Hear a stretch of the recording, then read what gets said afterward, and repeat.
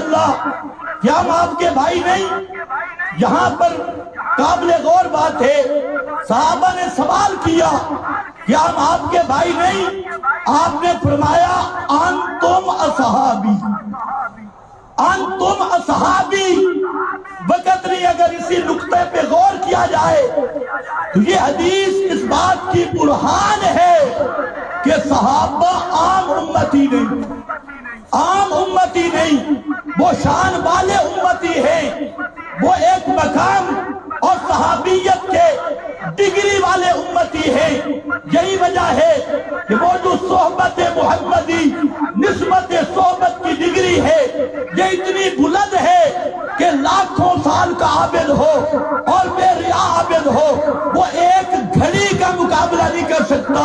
جو ایمان کی حالت میں صحبت محمدی مل جائے یہ وہ ساعہ، یہ وہ لمحہ، ایک لمحہ ہو اس کے مقابل کروڑ سال کی عبادت ہو اور اربوں سالوں کی عبادت ہو۔ وہ جو لمحہ ایمان والا پیغمبر کی ملاقات ہو گئی، پیغمبر کی صحبت کی نسبت حاصل ہو گئی، یہ وہ ڈگری ہے جو ساری امت سے ان کو اونچا کر رہی ہے۔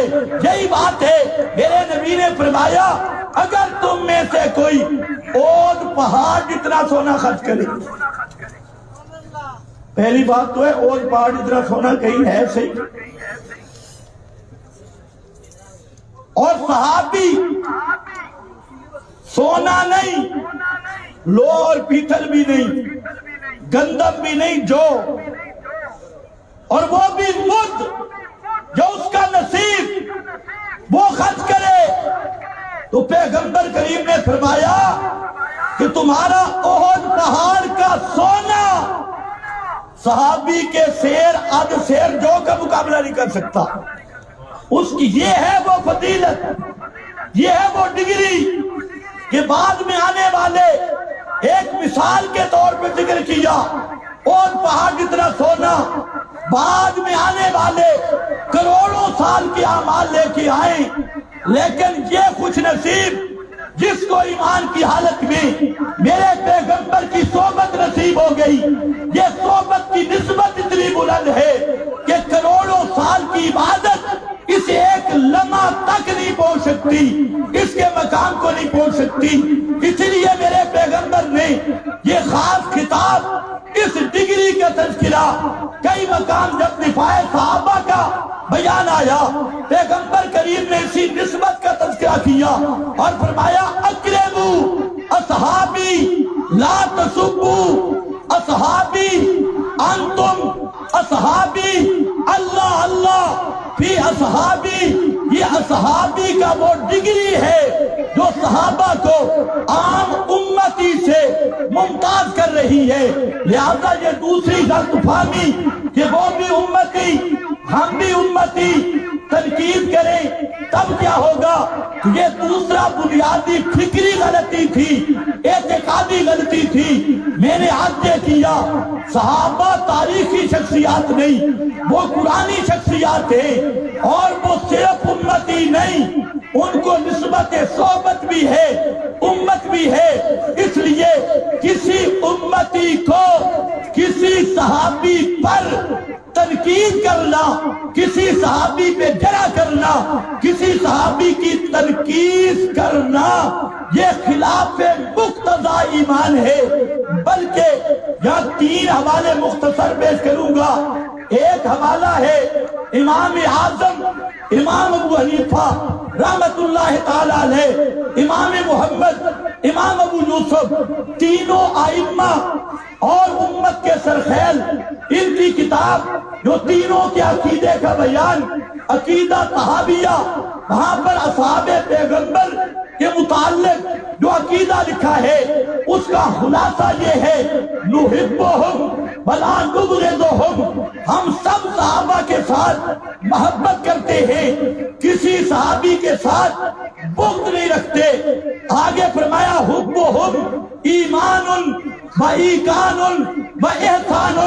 اے لوگو اگر پورا قرآن مطالعہ کرو پیغمبر کا فرمان، یہ تین مقام ہے سعادت کے، ایمان، ایقان احسان فرمایا یہ تینوں درجے صحابہ کی محبت ہے، اور فرمایا بغضہم، صحابہ کے ساتھ بغض رکھنا، تبرہ کرنا دور کی بات، تنقید کرنا دور کی بات، کسی صحابی سے بغض رکھنا۔ تین فتوے لگائے، بغضہم سب سے ہلکا فتویٰ، کفرن، کسی صحابی سے بغض رکھنا یہ کفر ہے، نفاق اور منافقت ہے، طغیان اور سرکشی کی انتہا ہے۔ طغیان بھی، نفاق بھی اور کفر بھی، تینوں فتوے لگائے۔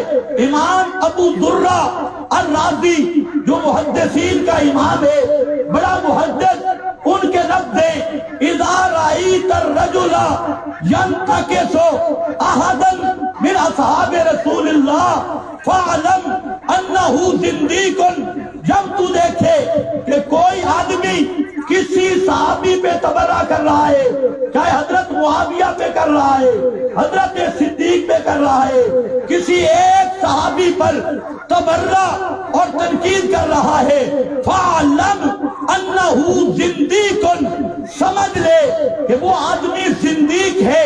امام سرخسی آناف کا بڑا امام فرماتے ہیں اِذَا رَأَيْتَ الرَّجُلَ يَنْتَكِسُ أَحَدًا من اصحاب رسول اللہ فَعَلَمْ أَنَّهُ مُلْحِدٌ، سمجھ لے جو صحابی پہ تبرہ کرے وہ ملحد ہے۔